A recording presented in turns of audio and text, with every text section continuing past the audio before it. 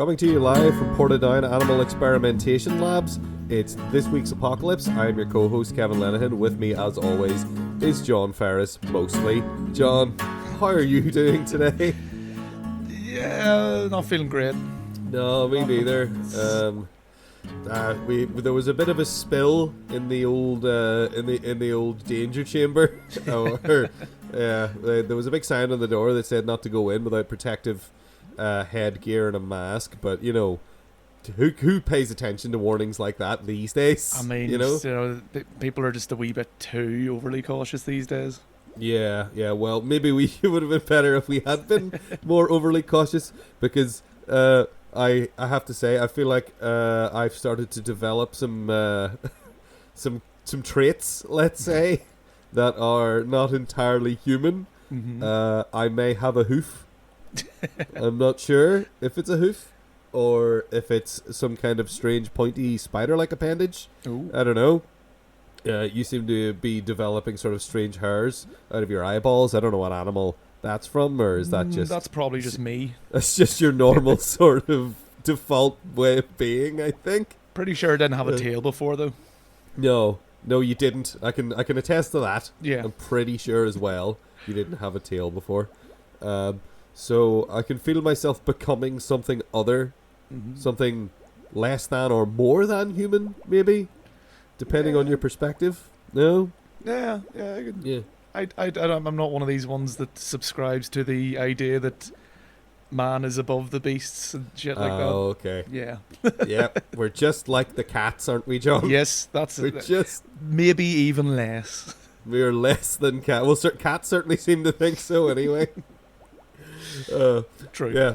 So, before we develop fully into terrifying monsters or perhaps a superior race of animal humans, depending on, again, your perspective, in order to protect ourselves or perhaps the people of the outside world before we're unleashed upon them, I think we need to come up with a strategy or an action plan or a cure, depending on how you look at it, for our current predicament of animal hybridization that seems to be creeping through our DNA or whatever it is. The Changing us at a molecular level. Ooh. Indeed. Ooh. Yeah. So luckily at this lab, they have a little sort of AV room set up, and they have a bunch of films all about animal hybridization. I can't help thinking maybe this was all a setup. I can't help thinking someone had planned this. Yeah. Because, why would you... I am not qualified to work here. Yeah. I don't know about you. No, like, we shouldn't be allowed in here at all. No, and it's odd that there's no one else.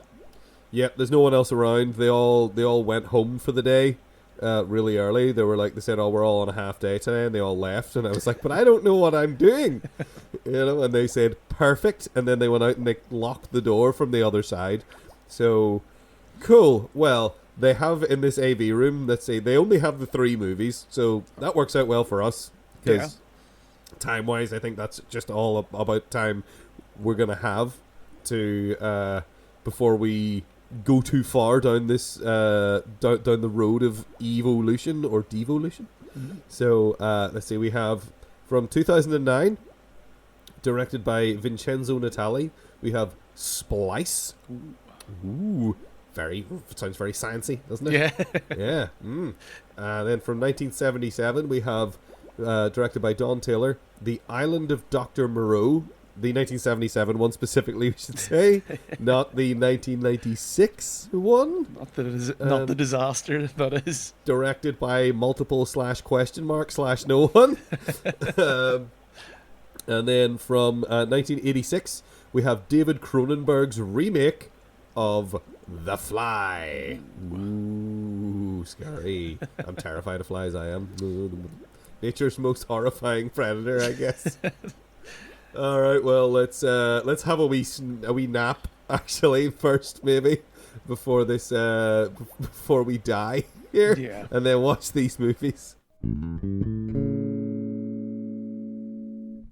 Alrighty. So, John, what did you think of Vincenzo Natali's Splice? Splice. Why does this movie exist? This is terrible. Money? Did it even make money though?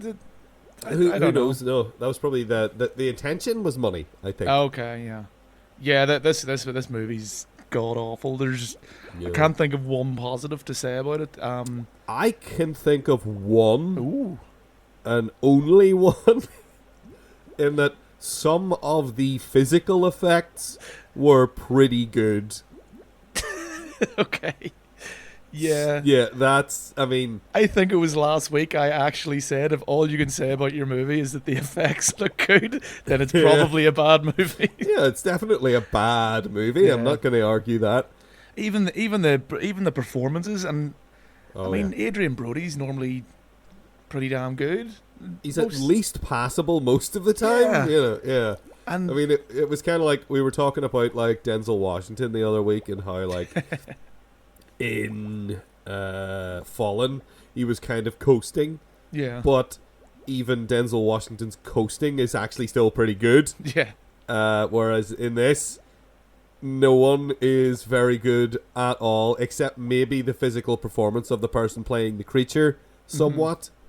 For the most part, yeah. There's a few times where it's like kind of over the top in a way that just it takes you out of it or something. There's sometimes it's like kind of going, but again, she probably didn't know what she's going to look like or anything. It's one of those consequences of like, she is running around expecting to be a CG monster, basically. Eventually, and doesn't know now. You can look at somebody like, say, I guess most famously Andy Serkis is the one that people look to when they think about like motion capture for things like that, and he is brilliant at it. Oh yeah. She's not bad at it, but you see, there's some of those exaggerated movements and like the way she like cranes her neck to look around. It's all very exaggerated. Yeah. But it's kind of okay. But Adrian Brody's not good. There's no chemistry between him and Sarah Polley as well. I was kind of questioning why do they have to be a couple in this? Yeah, they could have just. I think they wanted to introduce. They have a weird sexual thing that comes up eventually, and I think they wanted that to be more dramatic. Yeah. So they put them together as a couple. But everybody in this, like him, Adrian Brody looks weird, and I can't tell if he's wearing a wig or not. It looks like he's wearing a wig. It looks like his hair's not his hair. And then there's a character in it who's playing his brother, and they make that clear by having them both have the same hair. Yeah. I don't know if that's the consequence of like the hair looks really artificial or something, because they wanted their hair to be identical, because outside of that they look nothing alike. Yeah. They're both equally pale, but that's probably just makeup. But I think they wanted us to think they're related. They wanted us to know they're related on sight by giving them both the same hairstyle, which doesn't compute with me. And it was very much like they were trying to shoot that directly into my eyeballs as hard as possible, which made it even more like it. I shouldn't have to think about that, but I was thinking about it. I mean, even the brother characters is annoying. I suppose the saving grace is you don't get much screen time with him, but he is like nails on a chalkboard at levels of annoying. Yeah, and but all the characters are. Yeah. Would you say this film is the equivalent of the filmic equivalent of nails on a chalkboard? Yeah, or well, actually, I don't even know if it's a good analogy for the entire film, because most of the film's just boring. Aye. At least nails on a chalkboard makes you feel something. It felt so long, and how long? Like it's less than it's about an hour and 40 minutes, say, and you will feel every second of it. It just goes nowhere. It's like a rip-off of so many other films. One that we'll be looking at later here. It's like a rip-off of The Fly and Species, which would be fine. And also kind of like they're trying to do this, I suppose they're all doing this kind of like Frankenstein type thing. Yeah, that is definitely a thread that runs through all three of these films. Yeah, so, there's that. It can be done well, and this just isn't. It just goes nowhere. It's just... Yeah. And the creature design I kind of find a bit goofy. Yeah, it looks really silly, doesn't it? Yeah. Yeah, because the way they approach the creature design is like once she becomes an adult, okay, she's got like the crazy like legs like Tali from Mass Effect.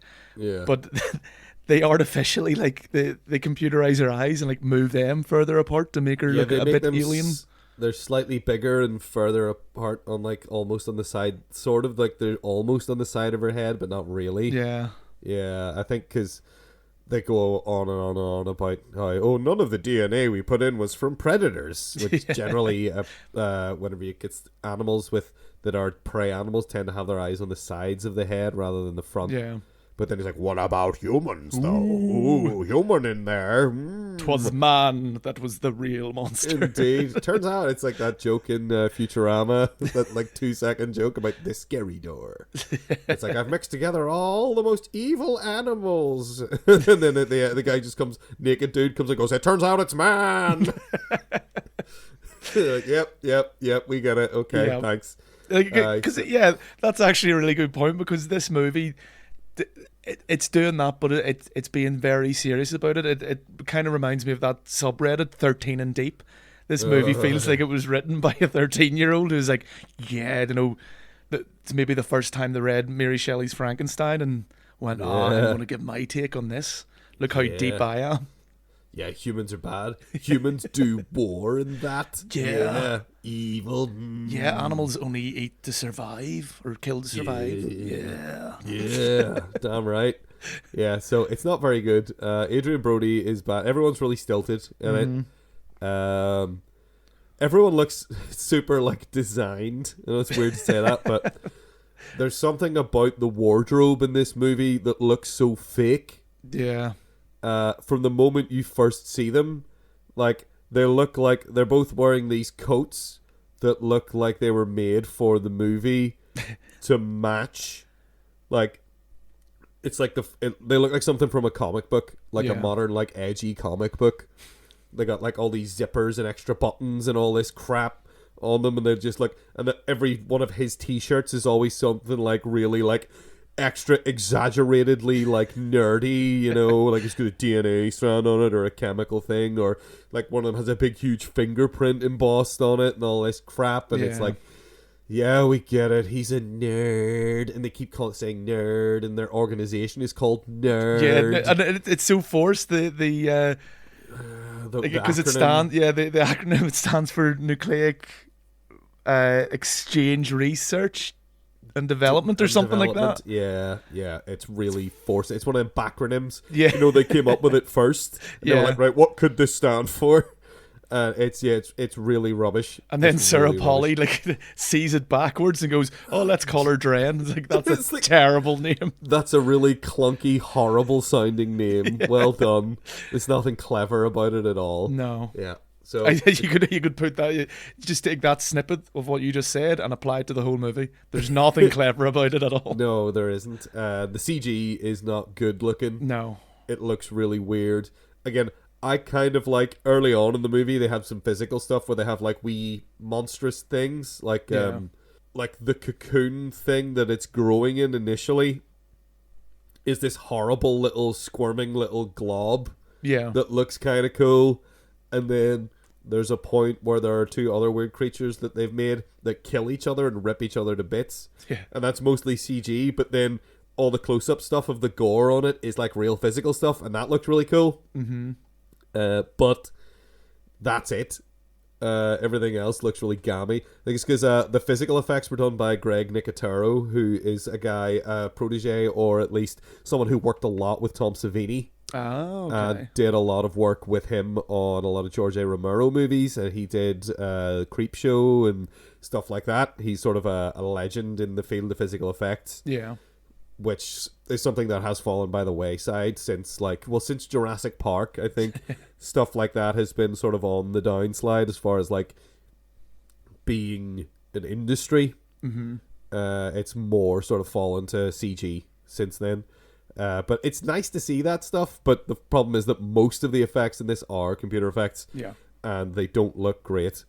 The plotting is sloppy and boring and doesn't make a lot of sense. Even the camera work, like he tries to at times do kind of some nice cinematography on certain scenes, but it never really seems to have a point. It seems to just be there. Like he just kind of thrown it in. It doesn't add anything. In fact, some of it actually takes you out of the experience. There's a bit where like the camera's kind of spinning round that the machine that they've got the cocoon that Drain is the big starting artificial womb machine. Yeah, yeah, and like I don't know, it just felt really unnecessary.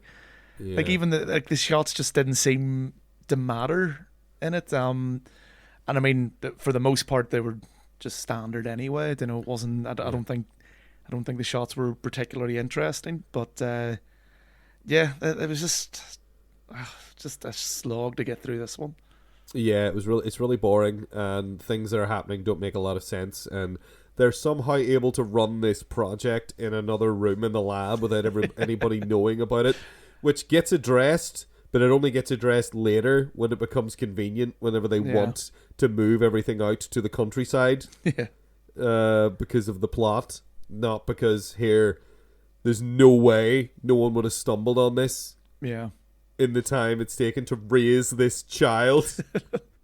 Now, I know they say she's got an accelerated aging, but, like, I mean, still, it's been weeks, probably. Yeah. Well, that's the problem. That's, again, another problem is there's no...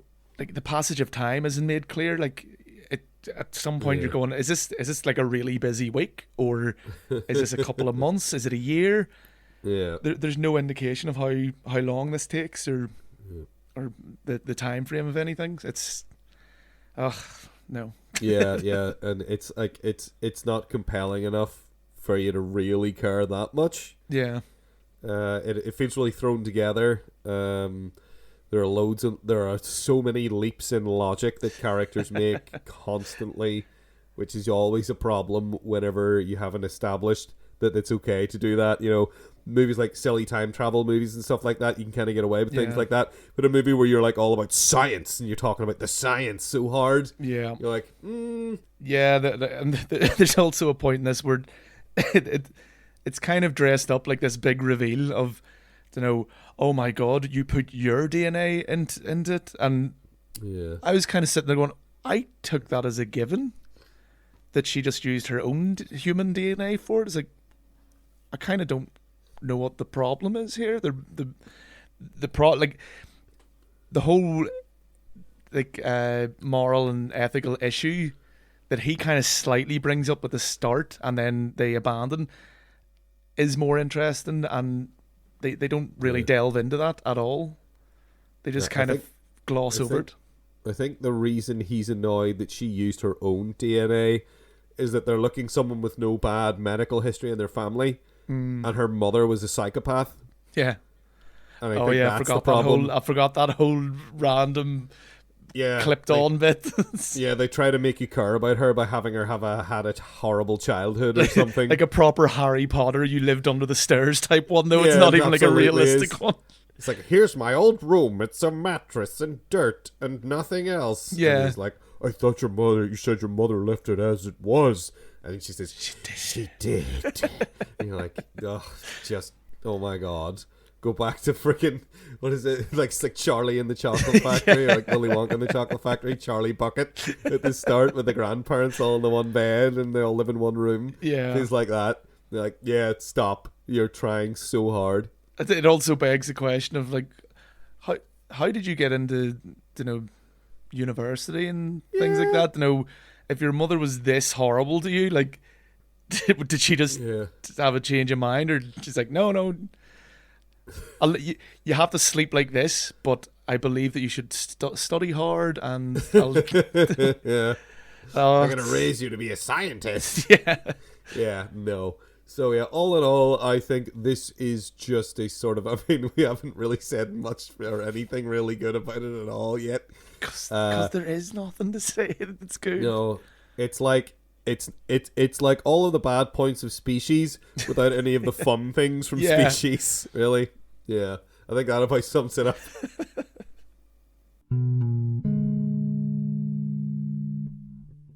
Okay, well, I can kind of feel my insides changing here. I'm not feeling too good. John, how are you feeling? Yeah, I'm feeling like pretty badly hungover. Yeah, yeah. Is that because something's went wrong?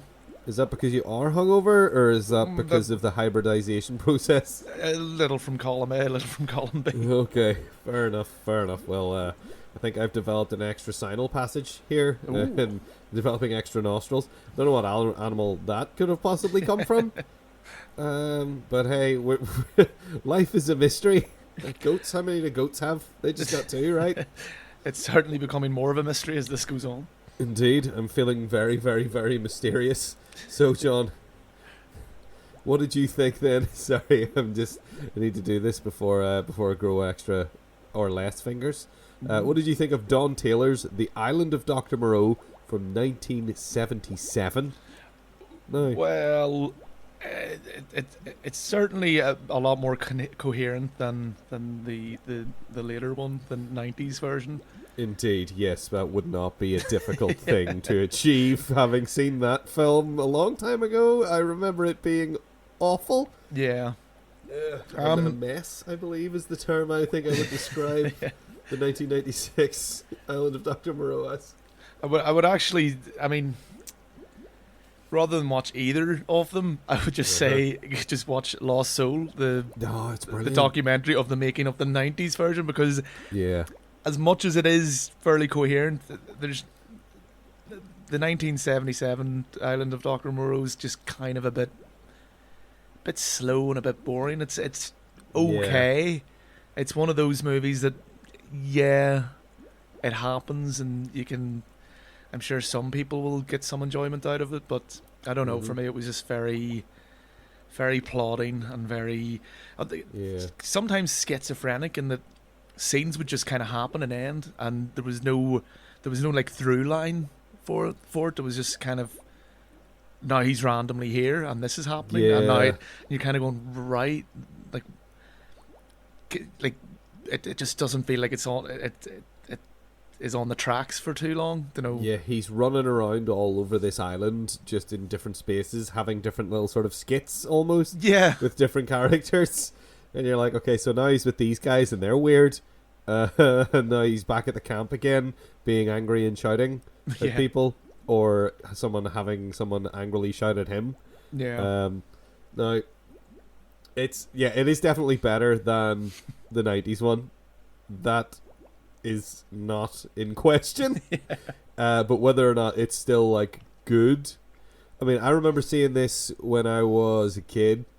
Mm-hmm. And thinking it was okay, just because I hadn't seen anything quite like it before. I remember thinking the makeup looked a bit goofy, and it kind of does. It's sort of Planet of the Apes kind of, that kind of looks like similar kind of makeup to that almost. Which for the time was kind of good. Like, you know, it was, as you say, because I'm in a similar boat here where I seen this as a kid, and there's something like new about it that, like, I thought it was better than it was until I watched it there and was like, Jesus, this really takes a while to get anywhere, doesn't it? Yeah, it sort of sits in it for a while at the beginning. Yeah. And like, it takes its time. Yeah. And a lot of scenes like play out too long as well. There's a lot of that, which again, maybe it's a trapping of the time, as the time period that it was made as well. Like, it would happen quite, like, movies were generally a lot slower back then. Sometimes it worked very well. Some of the best movies were made in the 70s, but I mean, Alien came out 2 years after this. Yeah, when you think about it in those terms, because to me this film feels old, and I don't mean that in like like it was made in the 70s. It feels like an older film than a 1970s film to me.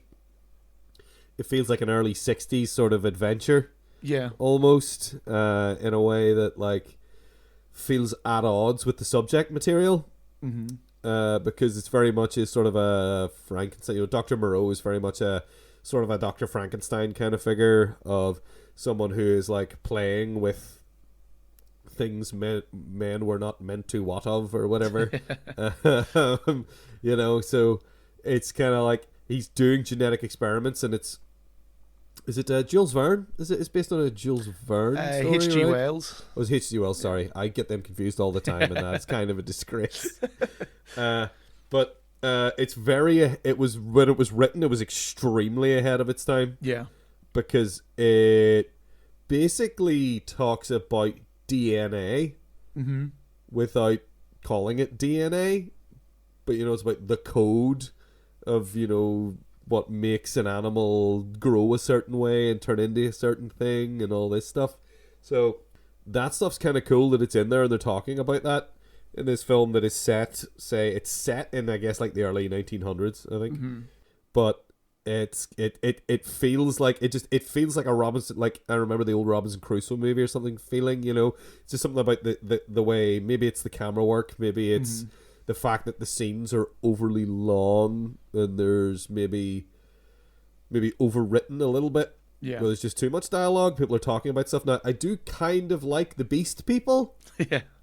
I really like the guy who's like the keeper of the law or the sayer of the law, him. Yeah. Because he is this great sort of like religious sort of apostle type figure who becomes disillusioned, and he does that quite well. He's still like weirdly obsessed, but you can feel him like his uncertainty the whole time, that he's not sure whenever he's being asked to say the law, and he says it and you can tell he's like not entirely convinced anymore, and that stuff's quite good, and sort of this great sort of descent into chaos kind of thing that I quite enjoy, and it's more brutal than I remembered it being. The end where, let's just say, shit hits the fan is pretty pretty brutal, as you say. I mean, again, the trappings of the time, I don't think it's an excuse either, though, but a lot of, I would say, misuse of animals. Abuse, perhaps? Yeah. Yeah, I don't know. I didn't look, but I don't know if they had the little "no animals were harmed" in the making of this feature thing at the end. Yeah, I can't see them having that. I feel like it looked like animals were being harmed on the screen. Yeah, Maybe I think it would be a fucking blatant lie to say that. Yeah. But I can see why Richard Stanley would then want to do a remake of this. There's so much more can be explored in this. It is a shame that the 1996 one was a complete shit show due to a lot of egos. Yeah, he explains. If you watch that documentary, he explains basically everything that's wrong with this film. Yeah, in it, because he's a big fan of the original story, and he wanted to make a really authentic version of that, and of course was horribly denied. Like, he got like halfway there with like the creature design and stuff initially, and then of course when the project was eventually hijacked by Val Kilmer et al, it all just sort of ended up in the hands of other people who did not care and did not have maybe the consistent vision that he had, and then if it's kind of his, I kind of just want to talk about that now, because I feel like that's a much more important thing to talk about. Lost Soul, a documentary, because it's, if you watch this film, I think it's worthwhile having a look at that documentary afterwards, because he does talk about this one a lot, and also it's sort of a, here's what the story could be, because we don't have that, because his version of it was ended up so messed up by other people that we don't have a good adaptation of this story, and it's a shame. It is. It's a really, it's kind of a downer, but I find it extremely interesting. Fascinating even, because I kind of like some of his films. Is it Hardware is pretty good, which is the film he made before. Right. Oh, yes, it's a real nasty one, and I did like it. A lot of people were very divided on it, but I quite liked his The Color Out of Space that he did with Nicolas Cage in it. It wasn't perfect, but there was some great stuff in it, and his use of physical effects in that was, I was a huge fan of that in particular. I found them somewhat disturbing, actually, which is something actually we'll get into later on when we talk about the next movie and disturbing special effects. But ultimately, I think that The Island of Dr. Moreau is kind of a misfire. Yeah. Because the premise is it's technically is a really good premise. Mm-hmm. And it could be an actual horror film. It could be a really frightening horror film for this man to be trapped on this island with these like human animal hybrids that don't know what they are and are torn and can just act out and just kill someone at any time because they're not humans. And plus once he's kind of experimented on a bit, there's that whole horror of losing yourself and becoming something else. Like, there's so much can be done with it. That's all I can think of when I watch this movie. And again, we're probably going to talk about that in the next film as well. About one becoming something other.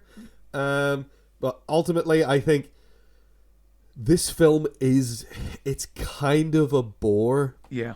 Is the problem. Like, I like the idea behind it, and I remember liking it when I was a kid and I hadn't seen a lot of movies probably at that point, or at least I hadn't seen a lot of science, because it is a science fiction movie. Oh yeah.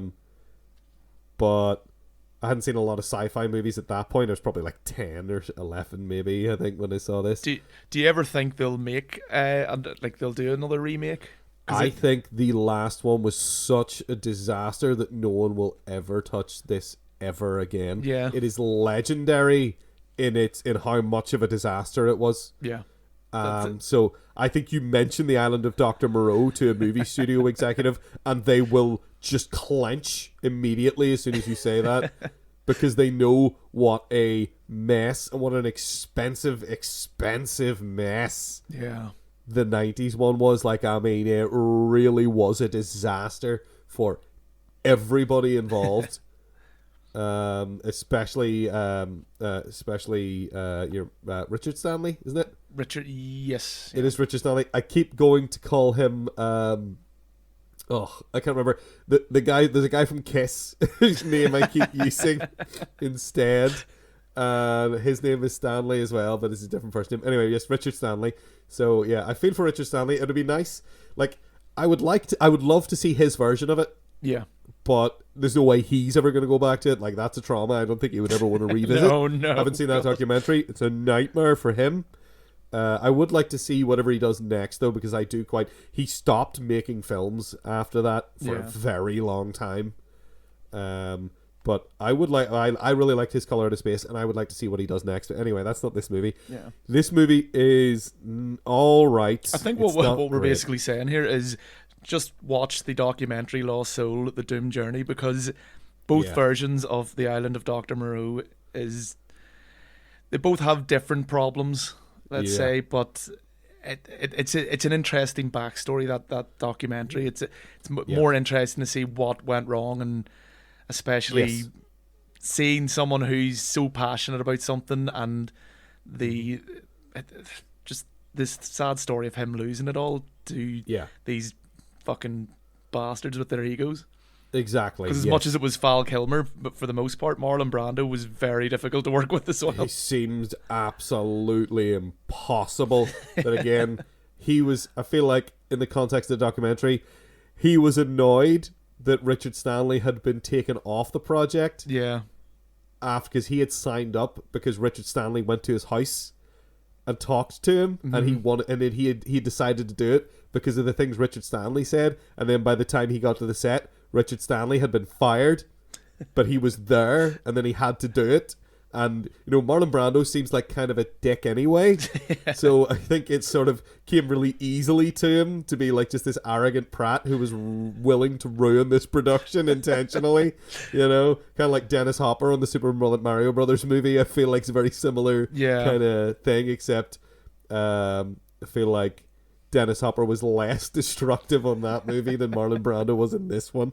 But ultimately, they address this movie and what I think in Lost Soul, he talks about what he doesn't like about this movie. Mm-hmm. And I think everything he says is accurate. I think he's right. I think it's too tame. It's not brutal enough. Yeah. It's too boring at times when it should be exciting. Yeah. And it sort of cuts out a lot of the more important stuff from the original story that explores like the brutal side of things, even though it does get a wee bit brutal. Mm-hmm.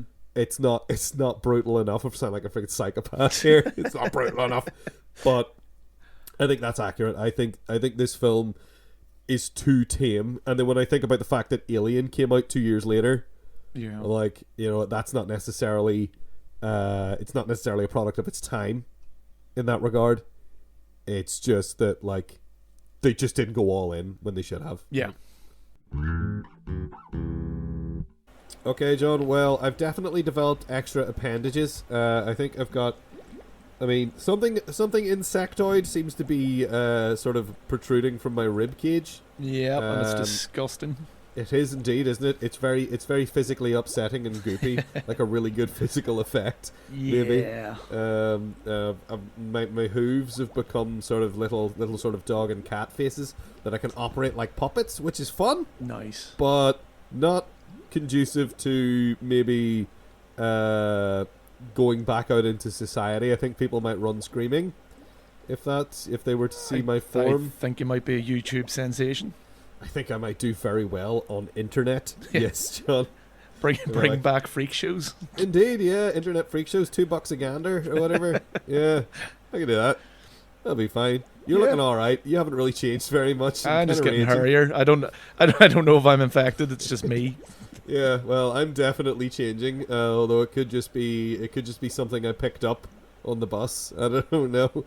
But anyway, in reference to my horrible insectoid things, John, what did you think of David Cronenberg's The Fly from 1986? Ooh. I seen The Fly when I was way too young. Me too. First time. Me too. It has this, like, it terrified the life out of me. This is probably the first kind of body horror thing I've seen. And that stuff kind of gets... It just rubs me the wrong way. Now, this movie's great, but it's disgusting, and it's the horror, the absolute. It's so disgusting, like turning into this thing, and almost everybody I talk to about this movie always says, I saw that when I was too young. And I don't know what age is old enough, to be honest, to be able to watch this without being scarred. Because this is one of the best body horror movies. Now, John, you know me. I'm a big fan of There's one particular body horror movie that I love that this film is connected to in a lot of ways. Yes, I'm just going to say it so I can put it in the jingle. I love John Carpenter's The Thing. John Carpenter. And there's the jingle, probably there. Right. So, that film disturbed me a little bit when I saw it. Like, when I originally I was first disturbed by The Thing before I saw The Thing, because I was watching a special effects thing with my family, like a thing, a special effects special on television. I love how many times you're saying thing. Thing. I know. I just can't stop it. I'm just getting it all in now. Right. There's a part where Norris's head comes off and turns into a spider and crawls away. Yes. And like it sort of stretches off the neck and it's vile. When I was a kid, that terrified me. My family used to just shout stretchy head at me and I would freak out. And that was enough. Now, The Fly is a similar thing. Whenever I watch The Thing and I see that bit and I see his head stretch, I always remember. I have this primal feeling in my head when I first saw that. I'm right back there. This film, this time around, did the same thing.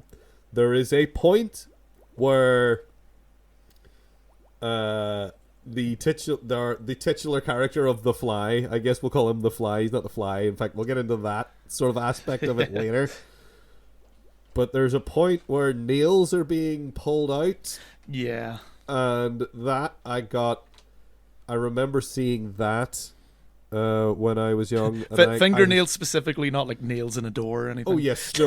Fingernails are being self-removed, and like kind of falling off as well, because there is this whole like there's a whole like disease analogy, and in fact a lot of people thought it was AIDS. It was meant to be an AIDS analogy, and David Cronenberg said he wasn't annoyed that people were getting this analogy, but he was saying it was actually more general. Obviously, it being in the 80s, the AIDS epidemic and things like that. That was at the forefront of people's thoughts when they were thinking about. It was all in the news. I mean, much like today, if somebody did something about something that was an infectious disease, an airborne infectious disease, you would immediately think coronavirus. Oh, this is about that. So back then people were like, it was a similar thing with AIDS here, AIDS there, AIDS all the time in the news. Yeah. So you see this, and obviously that's the first place your head's gonna go. But because he talks about it in the movie about disease, he refers to it sort of like cancer, I think. Yeah. At one point, that's what it's doing to him, and like it's tumors. Yeah, and like it's almost because like once he starts deteriorating and things like that, it is really disturbing. And I wonder, is that kind of why this one affected me? I would say a bit more than I think I was older when I seen the thing. I'm seeing some more of these, but The Fly's always been this one that I almost don't want to watch it again because it just gets up my back that badly. Like I always kind of like go, ugh. I have that same problem with Hellraiser and Hellraiser 2. Yeah. I saw those when I was a little bit too young for them, and now I don't want to watch either of those films. And I know they're good films. Yeah. I remember, I think that's maybe also the problem. Yeah. Is that, like, and it's the problem with this film, I'm just going to straight up say it now, I think this is a great film. Mm-hmm. I think this is a brilliantly made special effects nightmare. Yeah.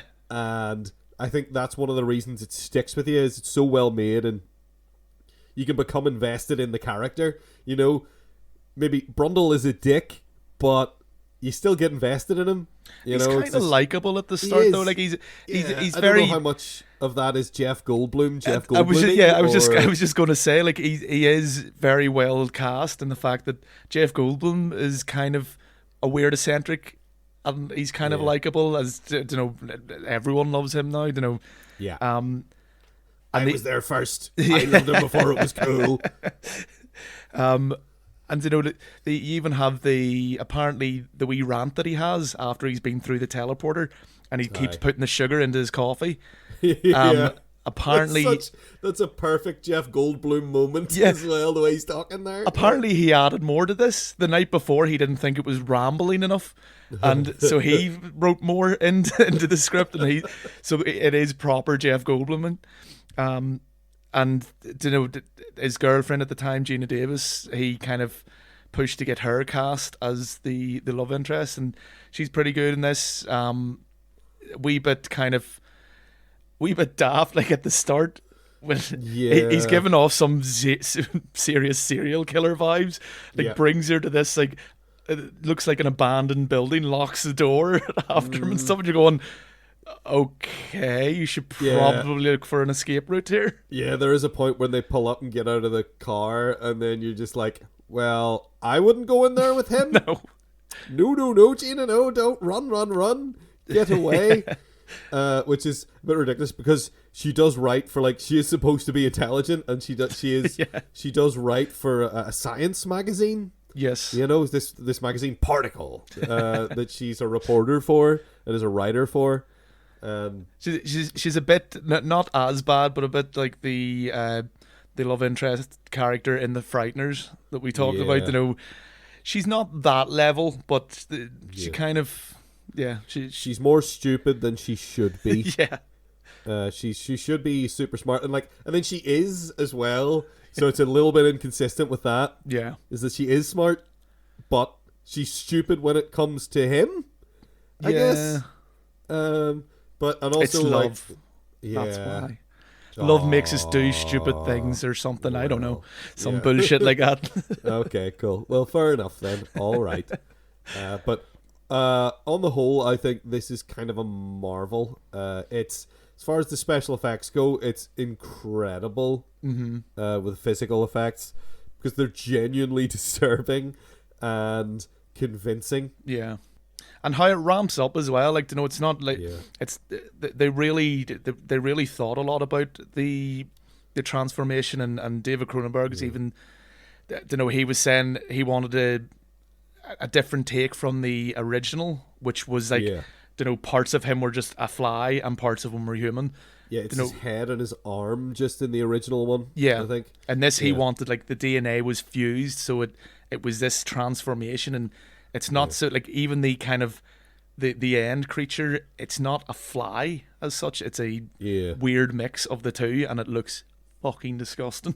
It does. There's a part where the whole head just deteriorates into this thing. Oh, it's absolutely grim. And like some of it doesn't make sense, like when you think about it, but it looks fucking great. So you kind of forgive it. You just go, yeah, this is disgusting, and I kind of see why they're doing this. Like, it is for the aesthetic of it, which is very, as you've mentioned before, when you were talking about The Thing in previous episodes, everything's very wet and everything's it's goopy and nasty and vile, and that's like David Cronenberg. That became for me David Cronenberg's signature. Oh yeah.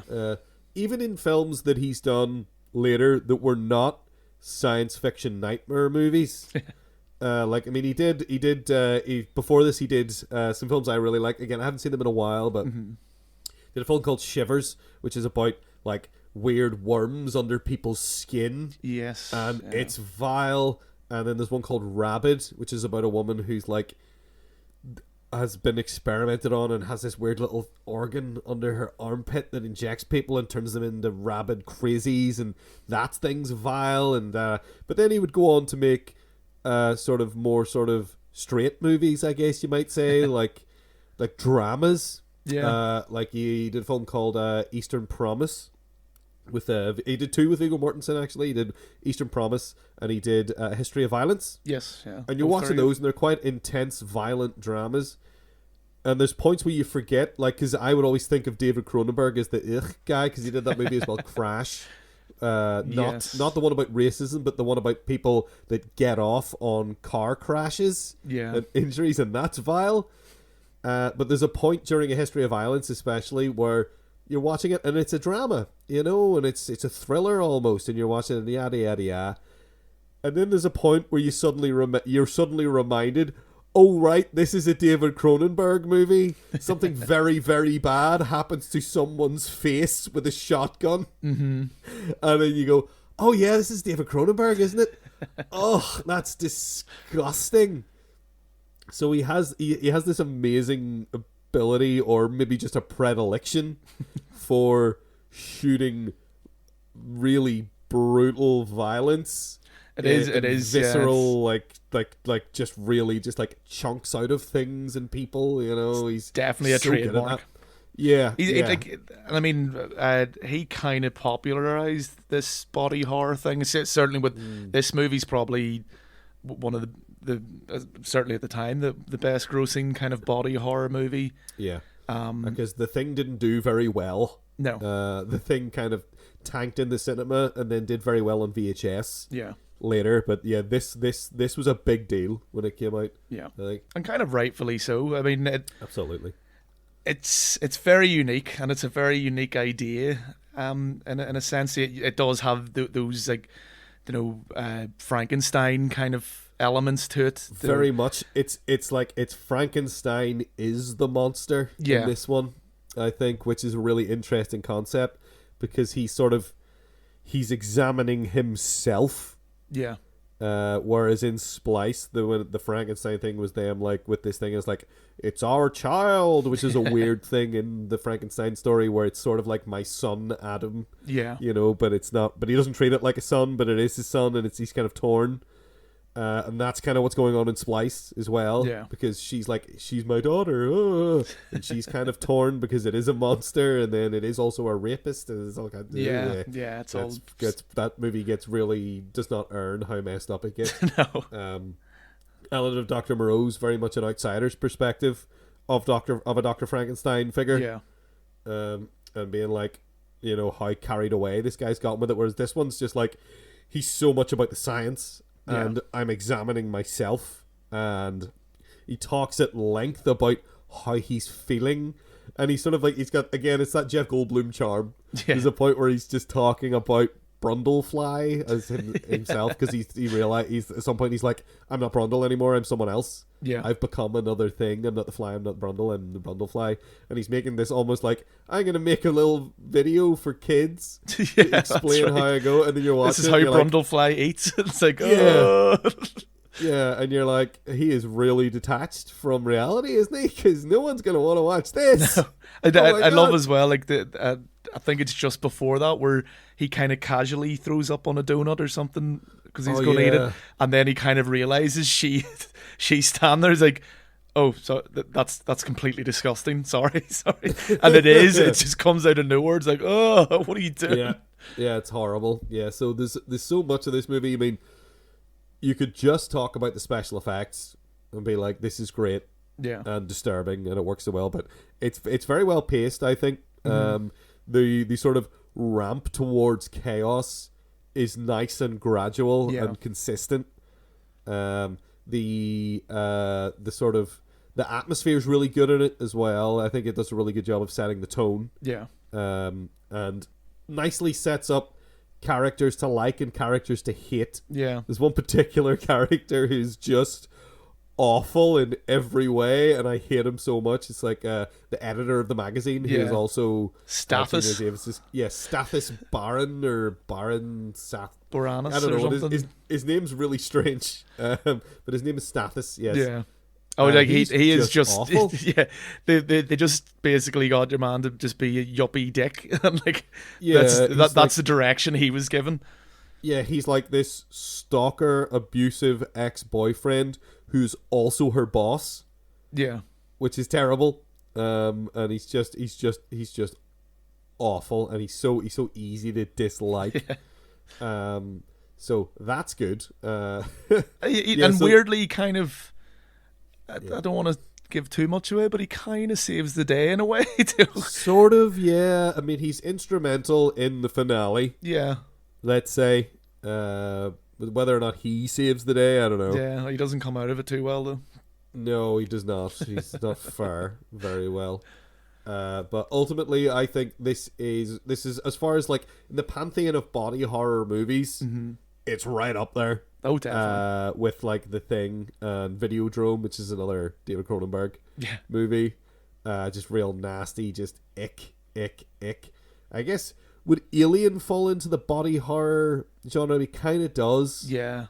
It does, definitely, because, I mean, it impregnates you, essentially. That's disturbing. Yeah, it has a huge body horror element in it, anyway, Alien does.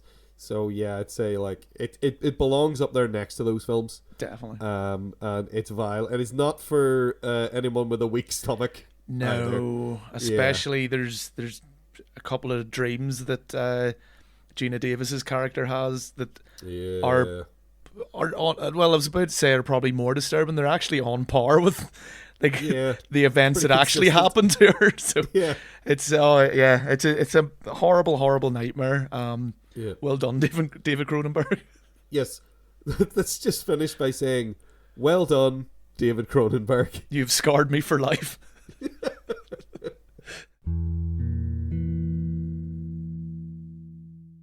Alright, well, I've basically just become a sort of jelly-covered fox at this point.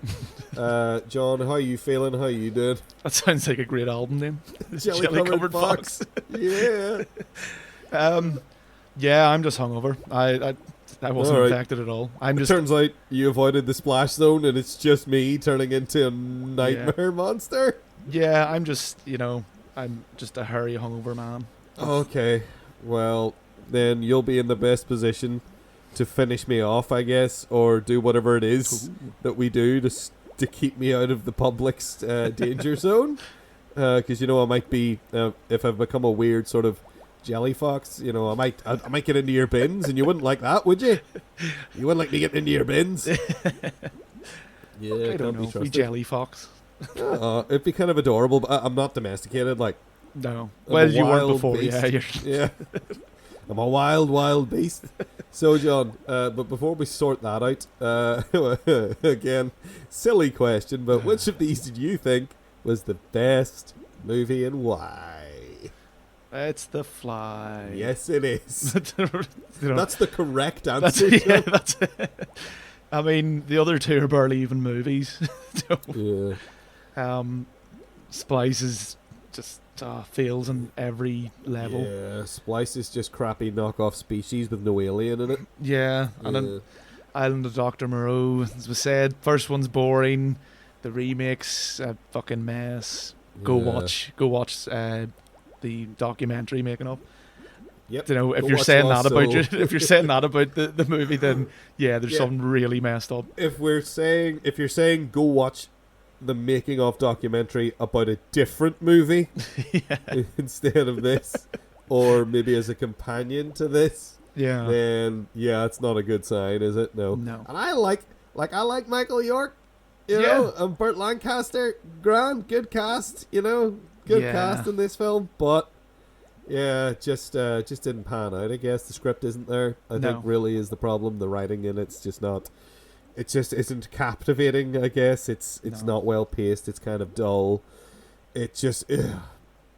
I wish it was better. That's the thing. The whole time you're watching, like, this could be really good. Yeah.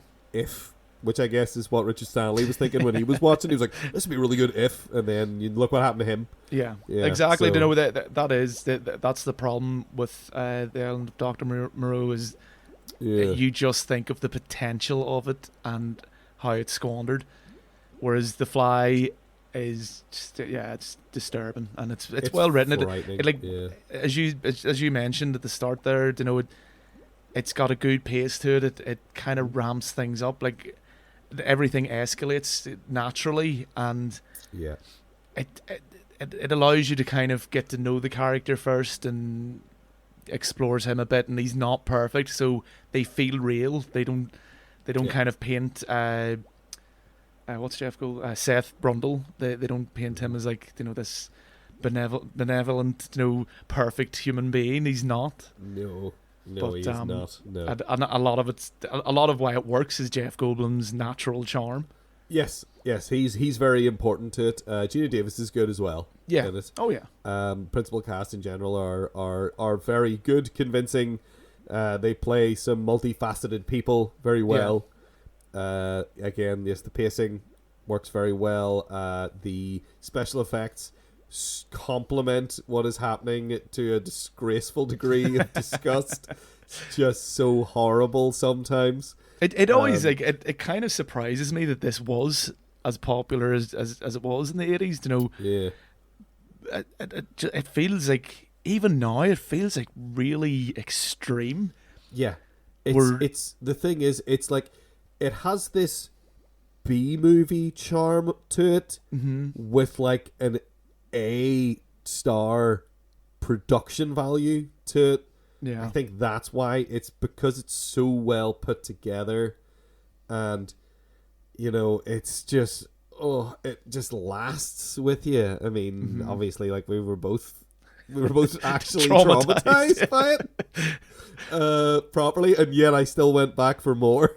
Yeah. I remember saying there is a sequel to it. There is The Fly 2, which isn't great. So I guess, like, sort of vague spoilers for these movies. Now there is sort of a, hey, we're in the spoiler section. Whatever. Yeah, it doesn't matter. So The Fly, great. So there's a whole thing with Gina Davis's character becoming pregnant from Brundle Boy. And there's a whole thing with that. That is also a thing in Splice. Mm-hmm. They do exactly the same thing. You can tell this Splice is cribbing so hard from other sources. Mainly The Fly.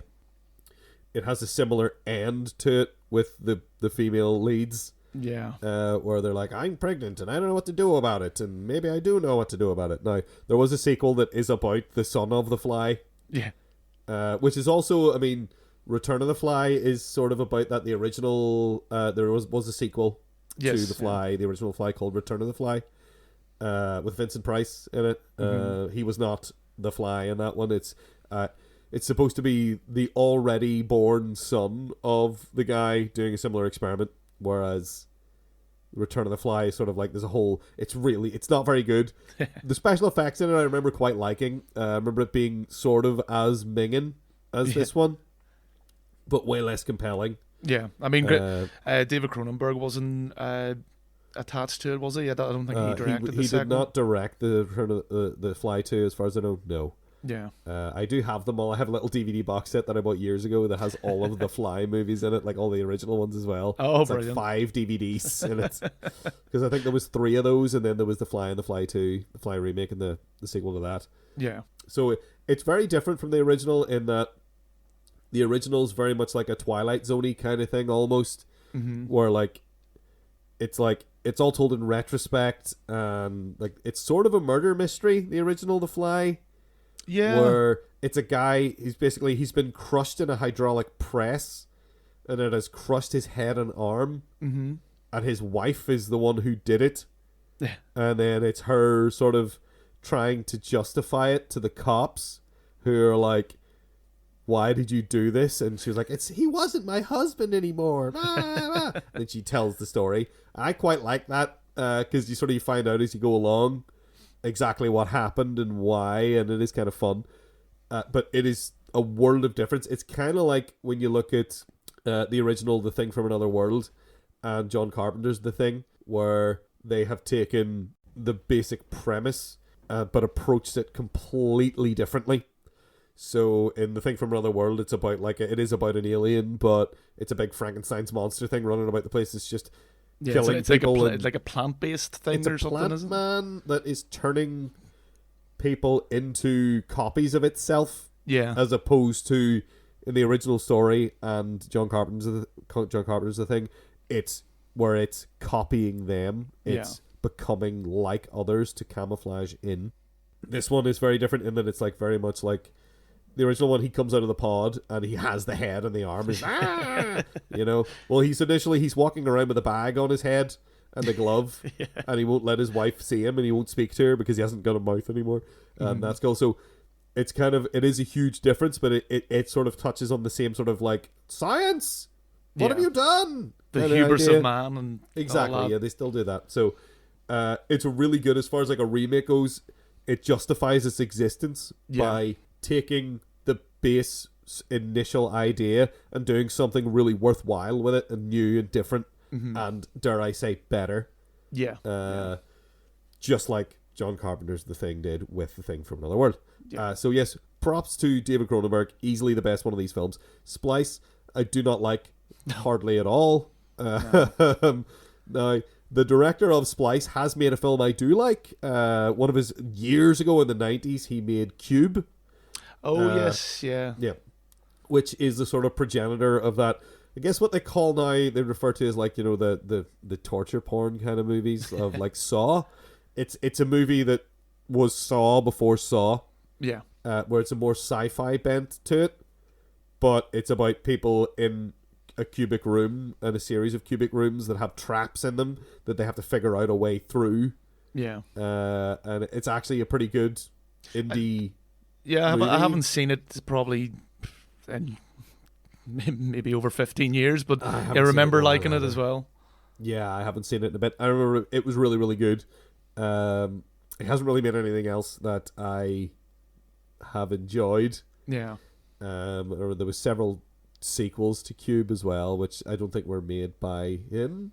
I remember quite enjoying the second one, and then there was a third one that was really balls.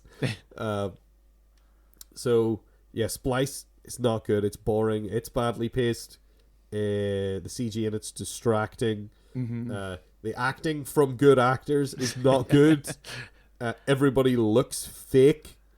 There's something about Adrian Brody that just doesn't look real. He looks like somebody drew him. It's like someone drew a picture of Adrian Brody and then exaggerated everything.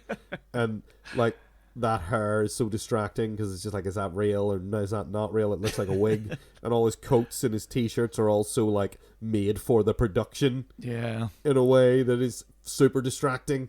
And it always annoys me when they try to paint these they're scientists, but they're kind of cool, and and by that they're have stickers on their equipment and stuff like this, and you're going, this is really dumb.